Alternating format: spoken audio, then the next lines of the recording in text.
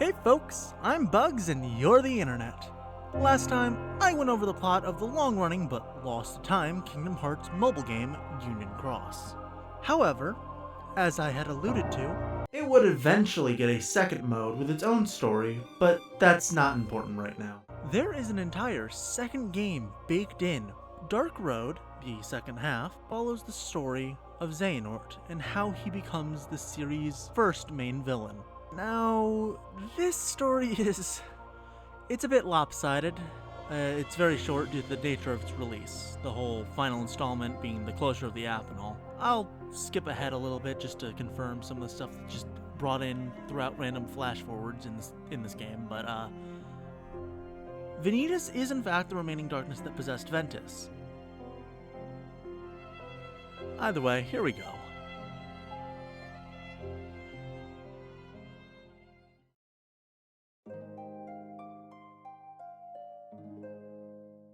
I've experienced much in my 2 lifetimes, some of which I've shared with you, but there's still so much left to tell.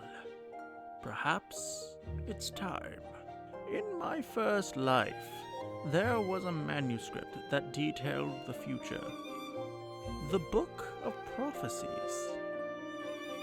It was given to a dear friend, but most of what was written within was to be kept secret. In my second life, I learned that light was to expire and darkness prevail. But the Child of Destiny would change this outcome. God damn it, it is Sora. Fuck. He would hail from the Isles of Destiny.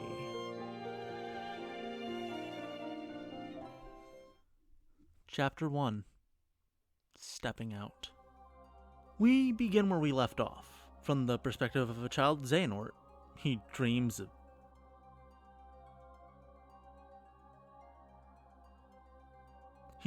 of scenes from Union Cross while living on Destiny Island with his adoptive parent, this hooded figure, up until this hooded figure passes away. Not too long after, a different, but much more familiar, hooded man appears, talking mysteriously. He discusses a plan and sends Xehanort to Scala at Kylum, and the story can begin. In Scala, the last remnants of Keyblade Society stands, with a teacher and a handful of students, each at their own levels of skill and knowledge. Xehanort, along with 5 of his 6 classmates, Ericus, Hermod, Erd, Bragi, and Vor, are sent by their teacher Odin to go find the upperclassmen, who haven't come back from their preparation for the Mark of Mastery. The remaining student, Baldur, has to stay behind as his older sister, Hodor? I don't know, it's Hodor, I'm calling her Hodor, is one of the missing students, and he has another mission to attend to, according to Odin. So the kids go out, seeing other worlds in search of their upperclassmates. Alright, I'm gonna be real here, this section is a lot of fluff. It was made when the game was still live service intended, so over half the game takes place in fuck-ass Wonderland, and so here's the important bits. In Agrabah, we see how the worlds are still reforming after the events of Union Cross. People haven't exactly come into existence yet in some of these worlds. In Wonderland, yippee, the Keyblade kids are put on trial by the Queen of Hearts, and they are forced to question the nature of hearts, as if their overall goal is to fight the darkness, is the darkness in people's hearts something that they actually have control over? And more so, does that mean that the threat of darkness is actually hearts themselves? Ultimately, these questions linger in Xehanort's mind as we are brought to the next chapter. Chapter 2. Set to Summon. They jump to Dwarf Woodlands, where they actually come across a few of the upperclassmen, who take Vor to be on their side. But for real, Vor decides to join them as she believes that whatever the upperclassmen are planning, it's for the greater good and will put her on the path to becoming a proper Keyblade master. So, we continue on to Beast's Castle, where the upperclassmen have taken the important item of the world, in this case, the Beast's Rose. We return to Agrabah, where the key kids find that life has returned to the world as Jafar does his "Enter the Cave of Wonders" shtick. Xehanort doesn't trust him, but they enter the cave to investigate the nature of worlds. They absolutely diss my goat, as if I ever need another reason to hate that soon-to-be bald bastard. And then they enter the lamp chamber. A portal of light opens, and emerging from it, we see a few of the upperclassmen, who leave without really elaborating what they're doing. The key kids then return to Scalad Kylon and find Balder, who reveals a tragic truth about one of the upperclassmen. In Enchanted Dominion, Hodor, Balder's sister, went to fight Maleficent, something that Balder had snuck out of Scala to watch. Unfortunately, the Mistress of Evil sees Balder and moves in to attack. Hodor gives her life to protect him.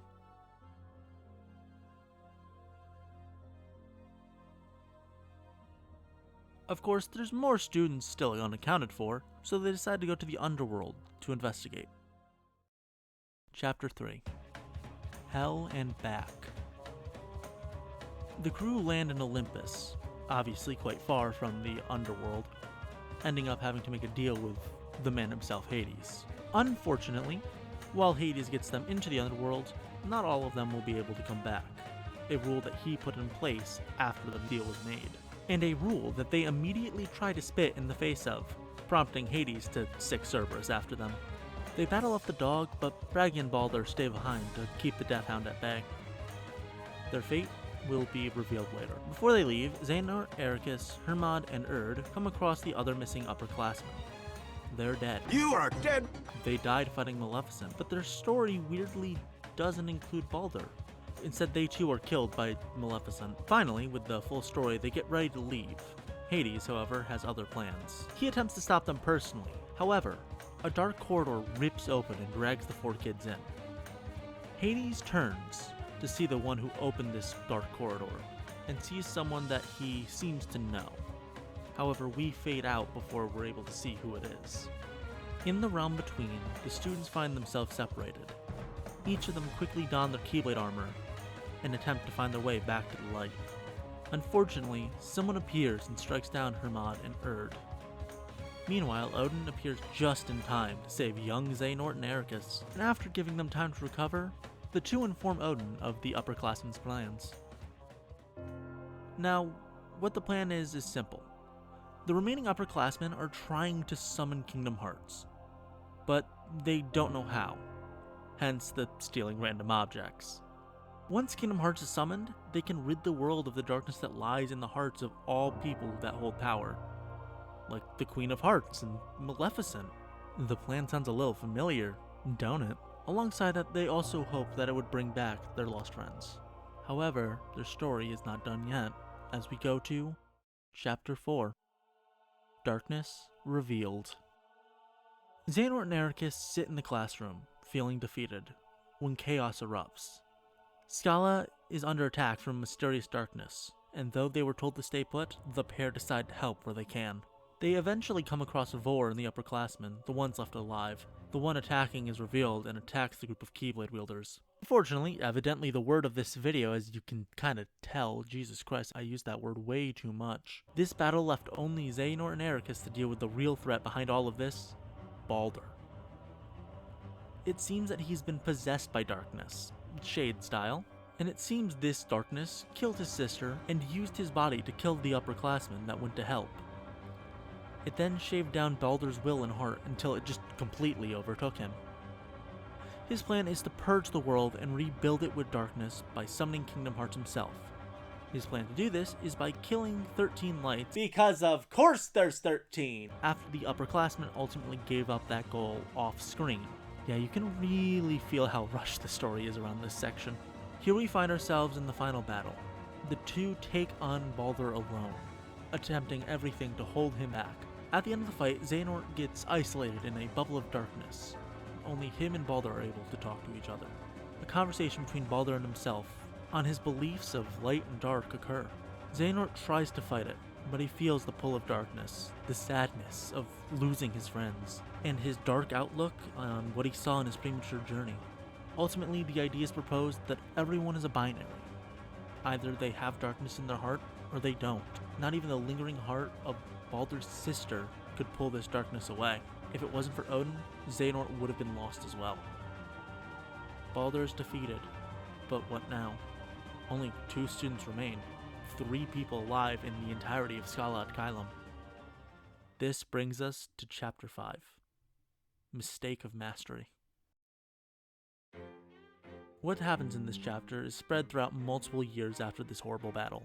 In Scala, Xehanort places flowers on the graves of his fallen friends when Ericus appears.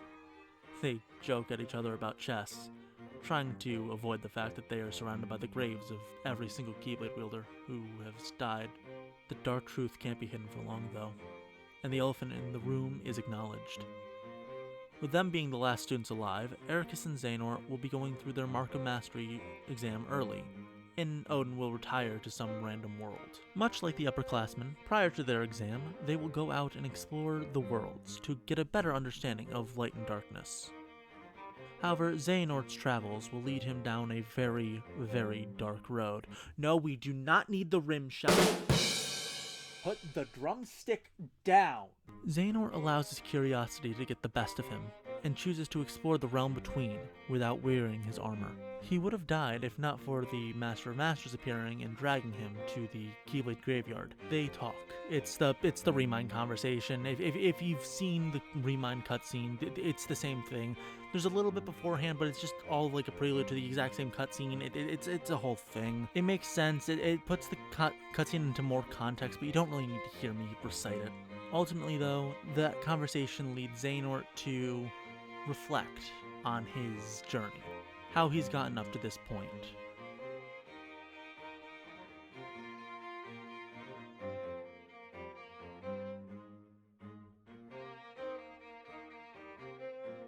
I think we should consider something too. Woody from Toy Story's an absolute asshole. My guess is no one's ever loved you before. But jokes aside, Xehanort actually comes to a conclusion. Someone has to fix everything by wiping out those with weak hearts, and he decides that that someone is him. Now I want to rewind a little bit. Let's go back to that cemetery. Let's go all the way back to the chess jokes and the sad talk concluding. There's a little bit more to that cutscene. Our camera pans over to an all too familiar face. Luciu has been watching from afar, lamenting how Baldur wasn't the child of destiny. You know, of all the characters that died there, I am a bit sad that Bragi died. I did say he died, right? Wait, I didn't? Hold on, let me check the script. Hold on, it can't be. No. Holy shit. So what do you think? Gotcha now! He's been here the entire time.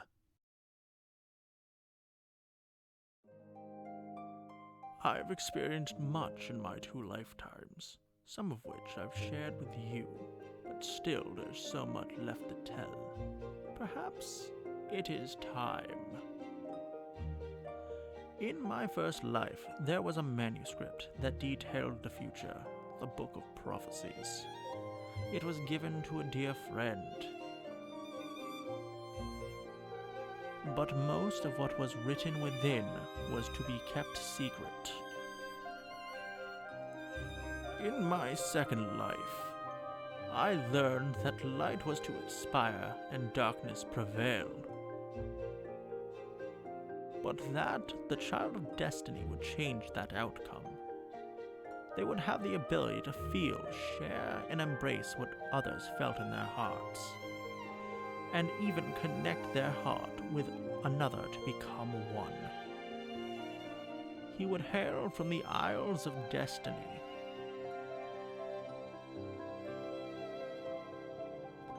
Perhaps it's still too soon.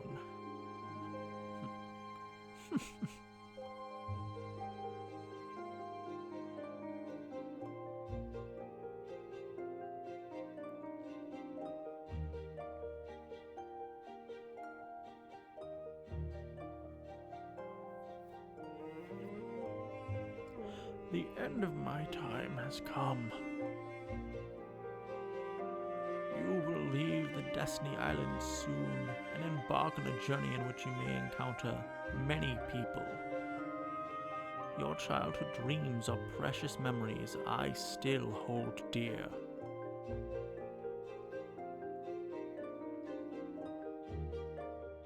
You saw what you felt within my heart, and through your journey,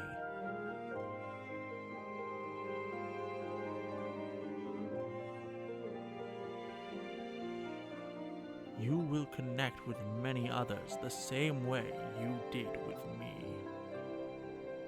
But not all hearts are good.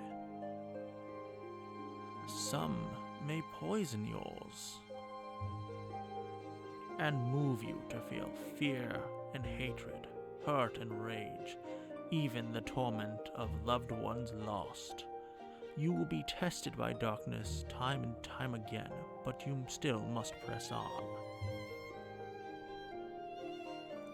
In time, your path will lead you unto light and fellowship. I believe you will become Light's master. I say this with conviction, because coursing through your veins is the blood of Ephema, a dear friend of mine.